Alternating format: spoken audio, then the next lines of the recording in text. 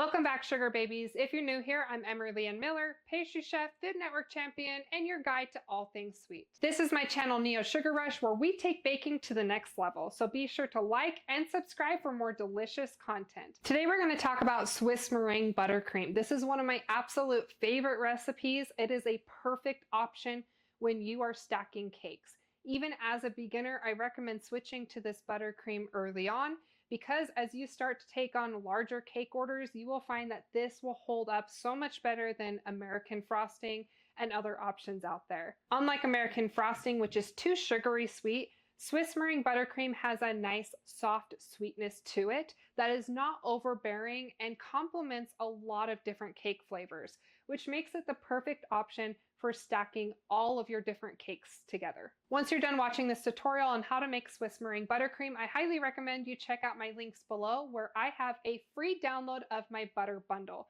My butter bundle does include my 4 top recipes, which is my Swiss Meringue Buttercream, Italian Meringue Buttercream, American frosting, and cream cheese frosting, as well as a sneak preview of my Science of Baking Cakes ebook and a discount code that you can use for my digital products. The recipe you download will be for a single batch of buttercream, which is a great place to start, but today we're going to be making a triple batch, which will fit in a 6-quart KitchenAid bowl. Not only will it fill up a whole bucket of buttercream like this, it also is enough buttercream to stack a 2-tier cake or a very small 3-tiered cake. One of the only issues you may run into with Swiss Meringue Buttercream is that it's not as sugary sweet as you may be used to. So consider this an Americanized version of a Swiss Meringue Buttercream. Remember, this is Swiss, so it is European, and Europeans have a more refined taste palette than us Americans.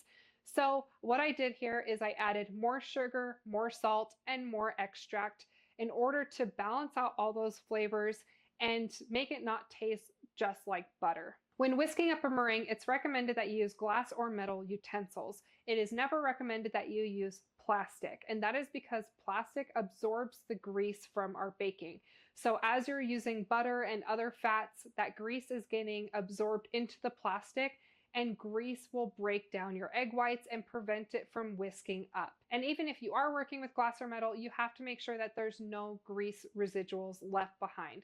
So I always work with very hot, soapy water when I'm cleaning all of my utensils, and that seems to be good enough for me. However, if you feel like maybe your water doesn't get hot enough and there's still some grease left behind, or you're just having troubles and you want to make sure that that's not the issue, then what a lot of bakers do is they will either use lemon juice or vinegar, and you just soak a paper towel in that lemon juice or vinegar, and that acidity from those ingredients will actually break down the grease.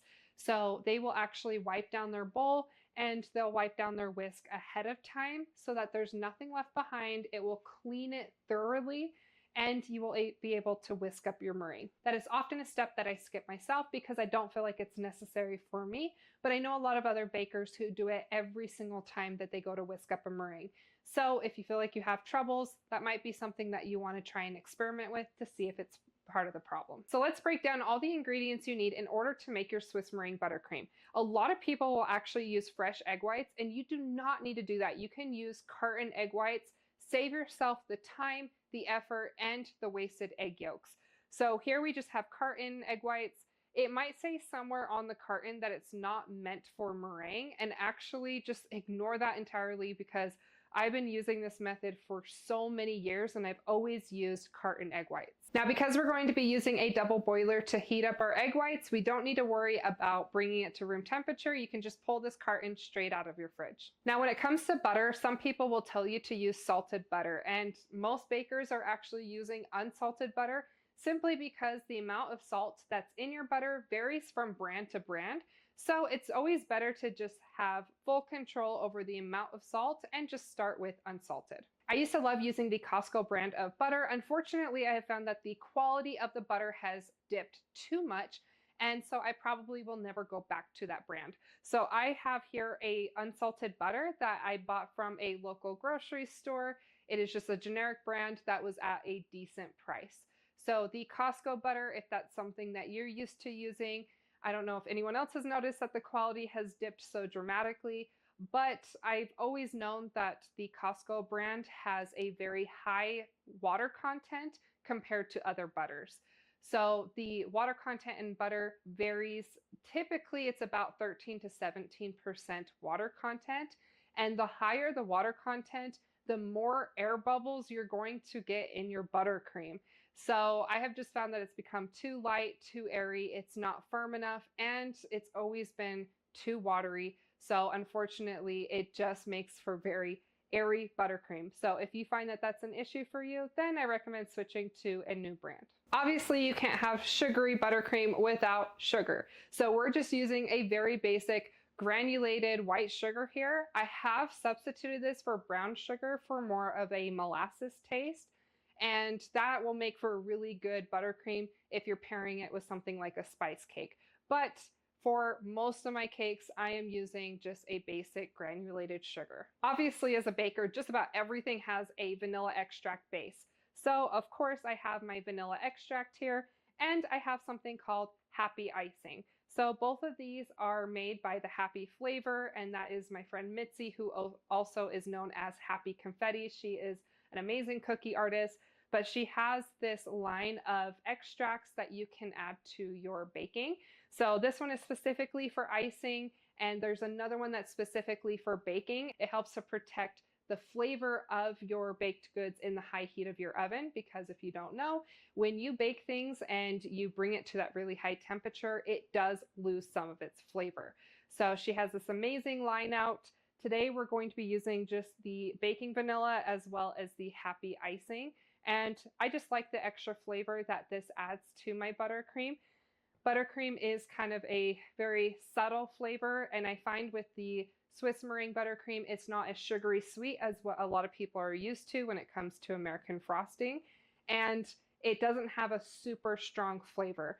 So I like to use a combination of the vanilla extract and the Happy Icing in order to bring out some of that delicious flavor. Typically, Swiss Meringue Buttercream is used as a stacking buttercream. So it's often used on the outside of all of your different cakes in order to stack them together without them completely falling apart on you, because things like American frosting are not strong enough and sturdy enough to stack these multi-tiered cakes. So having this on the outside of all of your different cakes, whether it be chocolate based, vanilla, fruity, nutty, what have you, this is a nice kind of subtle flavor that should complement all of your cake flavors. And of course, we have to have salt here. That is going to enhance all of the flavors that we have here and help to balance out some of that sugary sweetness in our buttercream. So after you're done watching this tutorial, be sure to check out the links below where you can download my free butter bundle. If you like this tutorial today, be sure to also check out my link for Neo Sugar Academy, your new online platform for the confectionery arts. Right now, I have my 3D cake masterclass with more master classes, a la carte classes, and a monthly membership to come. But hey, by the time you actually find this tutorial on YouTube, you may find that all of this has already been launched. Please go check it out. There is so much delicious content to come. Now that you know all about Swiss Meringue Buttercream, let's go ahead and dive in. What I have found with a lot of tutorials online is that they overcomplicate the process of making Swiss Meringue Buttercream.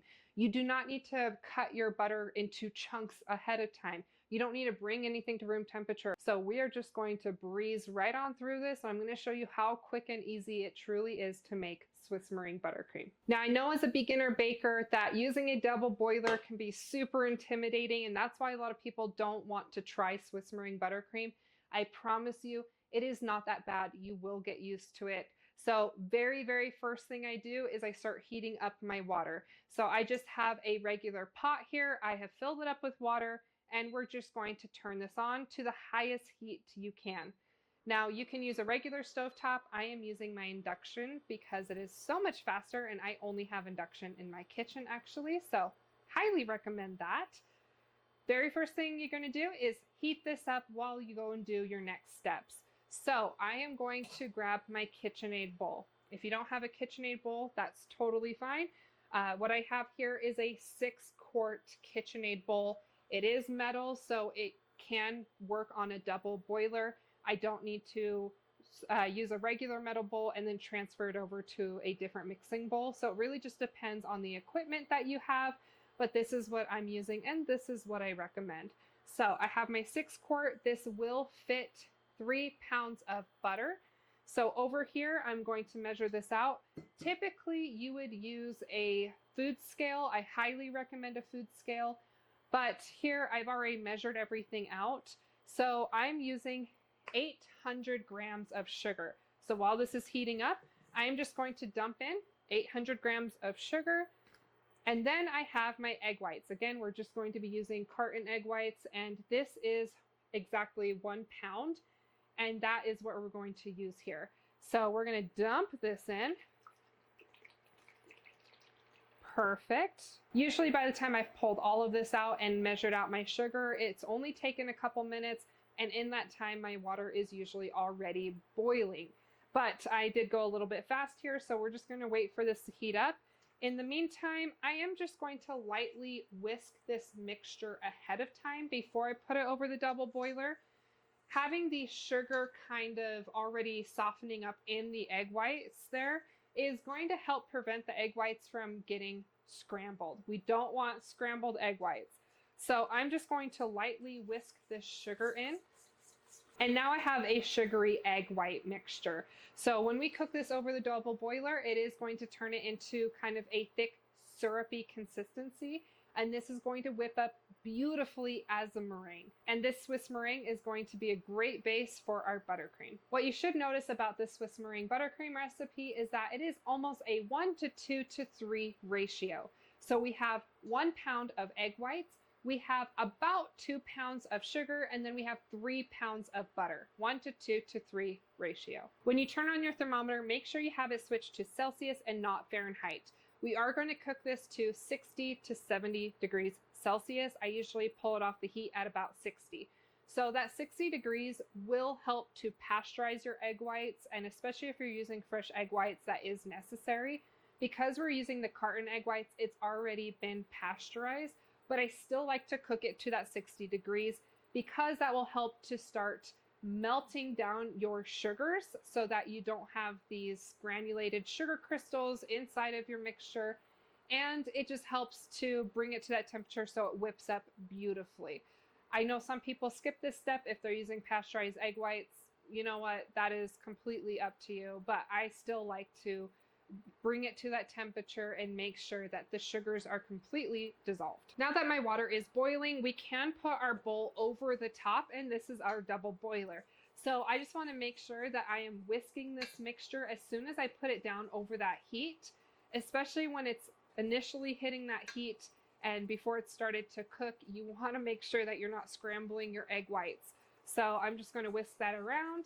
Some people will start at a lower heat when they first put it on, and then they will raise the temperature. I have found that bringing it all the way up at the very beginning has not been a problem for me. Now you do need to babysit this mixture, but it will go pretty fast. I would say for something this size, depending on the size of the pot as well, and how much of that surface area on the bottom of your bowl is actually in contact with the boiling water, it should only take about 5 to 10 minutes. It's really not that long of a process. So I've only been mixing this for maybe 2 minutes, and I'm already at 42 degrees Celsius. Okay, once I've reached that 60 degrees, I'm gonna pull this off of the heat, turn off my stovetop, and set that off to the side, and then we're going to put this right on our KitchenAid mixer. So in that printout inside of my butter bundle, again, the link is down below, you will see that it says 2 pinches of salt. Now when you triple that, that is 6 pinches of salt, and I do big pinches of salt. And I have found that when I do the triple batch, it's actually a shallow tablespoon. That might sound like a lot of butter, but this makes a lot of buttercream. So not a problem there. So I usually just take my salt here. You can do the 6 pinches of salt and be super careful with it. I find with this buttercream recipe, it doesn't have to be crazy accurate, and it's not going to make that much of a difference. So I'm just doing a shallow tablespoon. You do you, whatever you're comfortable with. I'm going to dump that inside of my egg white mixture while it's still hot. I recommend it at this stage because I do want those salt crystals to start to kind of melt into the heat of the meringue mixture. So I'm just going to take a whisk attachment, put it inside of my bowl, and then we're going to whisk this on the highest setting there is. So I'm going to bring this up to a 10. Usually takes about 5 to 10 minutes to whisk this up into a nice fluffy meringue and for it to cool down. we cannot add our butter while it's still hot. So it has to be cool to the touch and it has to be nice and fluffy. So I'm gonna bring this up, very loud and noisy, so I'll see you in the next step. After you've whipped up your meringue for about 5 to 10 minutes, it should be nice and thick like this. So you will be able to tell that it's thickened up, and this is a good point to add your extracts and then your butter. If you don't give your meringue a proper amount of time to whisk up like this, I have noticed that it will be a little bit too stiff. So just make sure that you are giving it enough time. Although I can feel a little bit of warmth, I can tell that it's not too hot that it'll melt my butter. So I'm going to go ahead and add my extracts and my butter next. A single batch of this recipe will call for 2 teaspoons of vanilla extract. So if you do a triple batch like I'm doing today, that is going to be 6 teaspoons, or it's going to be 2 tablespoons. So I have 2 tablespoons here that I'm going to add to my mixture. I really like to add my vanilla extract right here before I add my butter. I just find that this super liquidy extract will have a much easier time incorporating into my buttercream when I add it to the meringue only. Once you add all the butter, it'll have a really hard time incorporating in, and actually all that liquid from the extract will kind of push itself out to the outside of the bowl, and you'll find that your whole mixture will sit on the inside and slosh around with that liquid barrier on the outside, and it just has a hard time incorporating in. So I switched to adding my vanilla extract at this point. I haven't quite decided what my ideal measurement of happy icing is going to be for this specific recipe. So for now, I'm just going to recommend 2.5 milliliters. So for a triple batch, that's actually going to be 7.5 milliliters, or half a tablespoon. Now, while you're whisking up your meringue and adding in your extract, that is a good time to pull out your butter and make sure that it is soft to the touch. So we're just going to look at this real quick. I did nuke this in the microwave after the butter sat out at room temperature for a couple hours, and you can see just how soft and squishy that butter is. It is not completely melted down. I don't see any melted liquid parts, but it is so soft and squishy. You're going to have such an easy time adding this into your meringue versus very cold and stiff butter is going to take forever to incorporate into your buttercream. This is going to go by so much faster. I'm going to start my mixture at a low speed to start to incorporate that liquid into my meringue, and then I can increase the speed, make sure it's fully incorporated, and we can move on to the butter. Now, this is where I feel like a lot of bakers overcomplicate the process because they will take the time to cut this up into cubes and very slowly add it to their bowl. You don't need to do that. So typically what I do is I increase this to the highest speed possible, and I just start throwing in my butter. I actually don't even pull these apart ahead of time. I will unwrap these directly into my bowl. So I'm just going to start opening up my butter wrapper here. And once I open up this wrapper, I'm going to pinch both sides like this. And then using my fingers down below, I'm just going to gently pull this open, and I'm pushing that butter up and just peeling away that wrapper with my fingers here. So I'm just pulling back. Once I have this mostly unwrapped, I am just going to drop this directly into my bowl. So you can see how I didn't even have to touch my butter throughout that entire process. I didn't have to dirty another bowl. I didn't pre-whip this, nothing. It is going straight into my bowl. Now this is going to be too noisy for me to talk over it, so we're just going to speed up the video here, and you're going to see how quickly I add the butter. Now you will see that once you start to add all of your butter, this meringue mixture will start to become liquidy for a short time. And that's where a lot of bakers start to get nervous and they think that they've ruined their buttercream. That is completely normal. The meringue will start to liquefy a little bit. And once it starts to liquefy near the end of adding all of this butter, that's when you just need to slow down. Don't add your butter too fast. I give it maybe 20 or so seconds in between adding the last couple additions. I make sure my last couple sticks are also super extra soft, because if you throw in butter that is too thick or is too cold and it's at that liquid stage, it is just going to shoot meringue right out of your bowl if you have it at that high speed. So I'm going to show you guys what that looks like.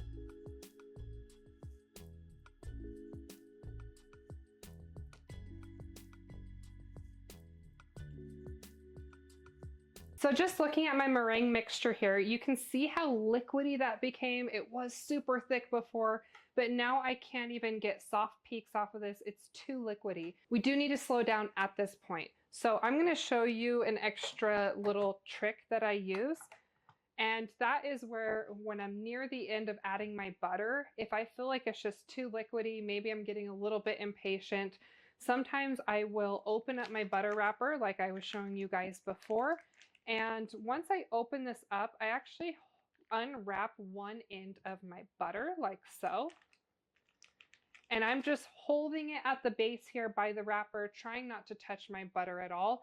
And while this is mixing, I will just shoot half of this into my bowl by cutting it on the side of the bowl. Like that. That way I'm slowly still incorporating butter, which is going to thicken this back up. And I'm not adding so much that it is shooting meringue out of the bowl, which I have done plenty of times.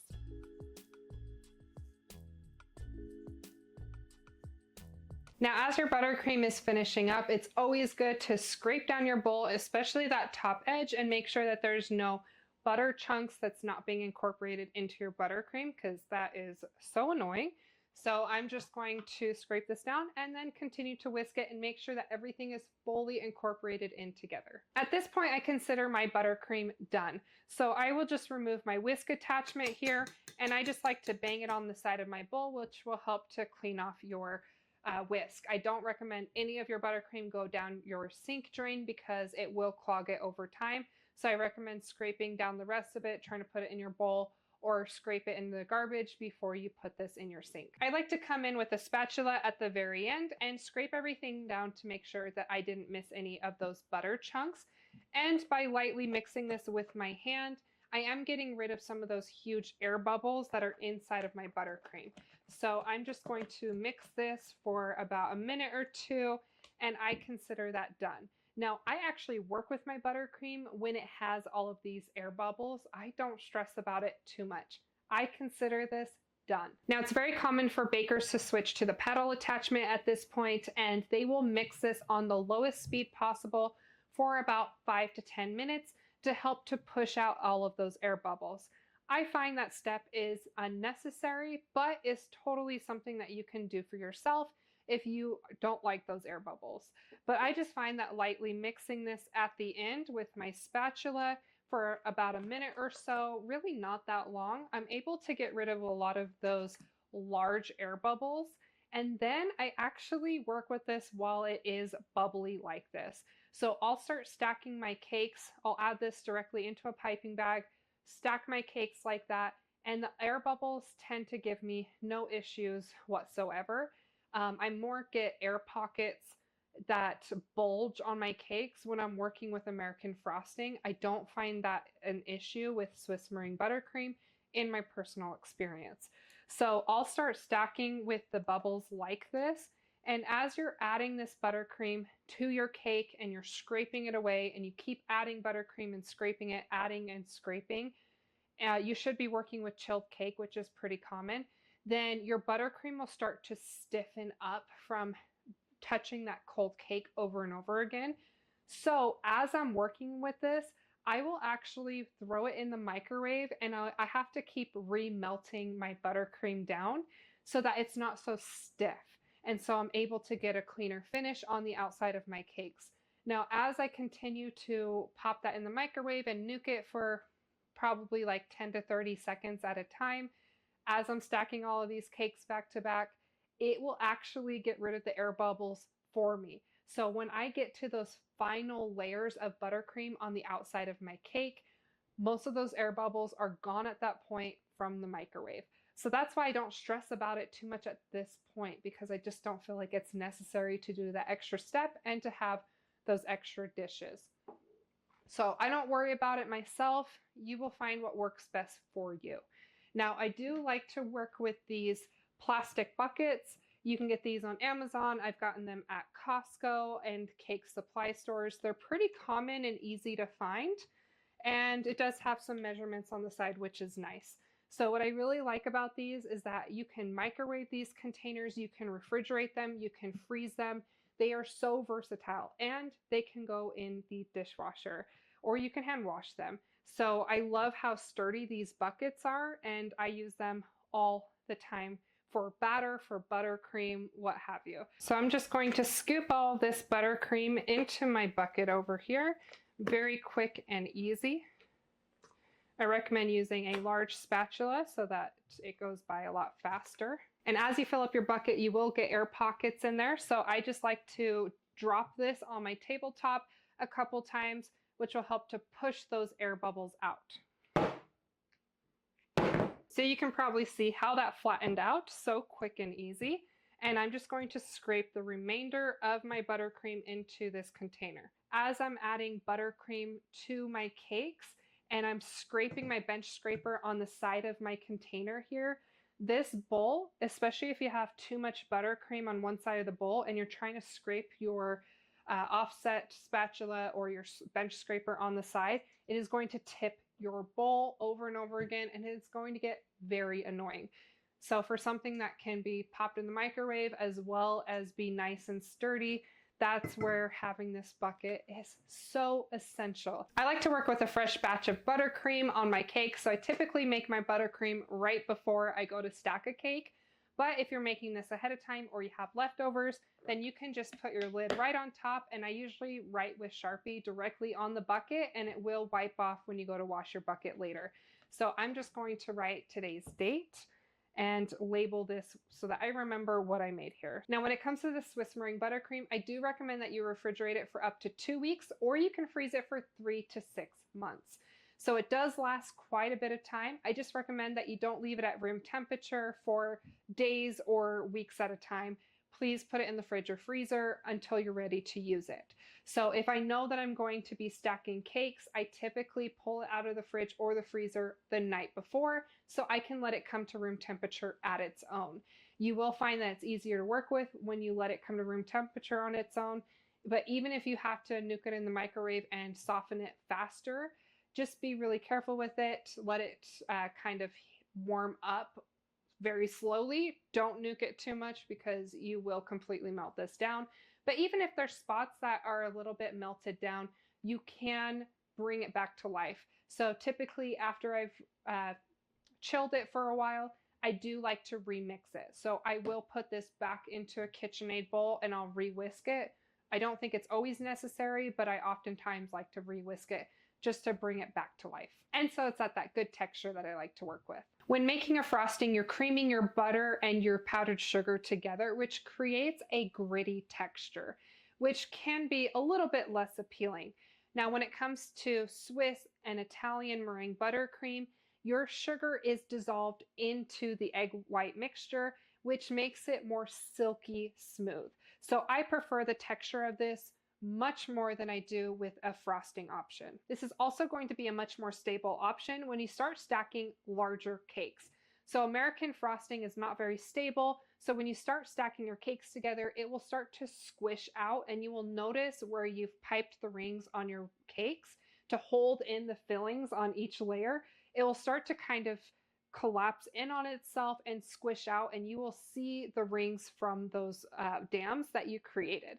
Whereas Swiss, I have never had that issue with it. Not only that, but it can retain a lot more liquid than you could with a frosting. So it's very common to add melting chocolate or even pure fruit juice right into your buttercream. So it can retain a lot of that liquid without the butter splitting on you, and it can add a nice, delicious flavor without having to rely on extracts that often have a cheap or bitter flavor to it. And because of that higher melting point, this is more heat resistant in the microwave. I would never put a frosting in the microwave, but Swiss buttercream can go in and out of the microwave, and even if you accidentally overheat it to the point that you actually have pools of liquefied buttercream, you can still bring that back to life and whisk it back together with the rest of your solid buttercream, and it will come right back together. Once you've overheated your frosting or you've added too much liquid, it comes to a point where the butter splits and there's no coming back from that.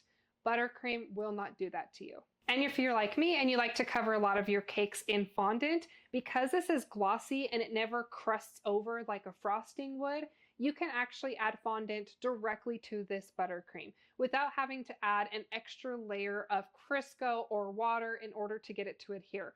fondant will just adhere directly to this buttercream. So it makes it a lot more versatile and so much easier to work with. Not only that, but a meringue buttercream will give you much sharper corners that is so much harder to do with frosting. So there's so many reasons why a lot of professionals use meringue-based buttercream and they stop using frosting to stack their cakes and decorate their cakes with. There are only a couple downsides when it comes to Swiss meringue buttercream. One of them is that it doesn't take to color nearly as well as frosting. So there's a couple options there. One of them is that you can take a little bit of your buttercream, pop it in the microwave, liquefy it, and then you can add it back into the rest of your buttercream with that food coloring added, and it will incorporate so much better. Another thing I do is if I have American frosting on hand, I will just add a scoop or two of the American frosting. I don't have an exact measurement, but by adding the frosting into my buttercream, it will take on to color so much easier than just regular Swiss meringue buttercream. And it's pretty common to use an immersion blender because the heat from the blender will help you skip that step of microwaving some of your buttercream, and it will change the color and take on the color that you need a little bit better. Although it's very common to color your fondant and frosting using gel colors, which is very highly concentrated, I actually recommend that you use oil-based.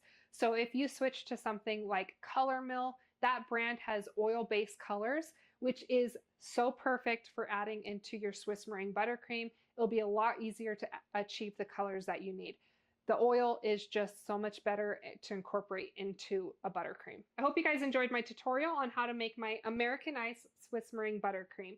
Be sure to check out my free link below for my butter bundle download, which will have my Swiss meringue buttercream, Italian meringue buttercream, American frosting, and cream cheese frosting, as well as a discount code for my digital products online. Don't forget to like and subscribe to my channel, Neo Sugar Rush. I'm your host, Emerlie Ann Miller. Good luck and happy baking.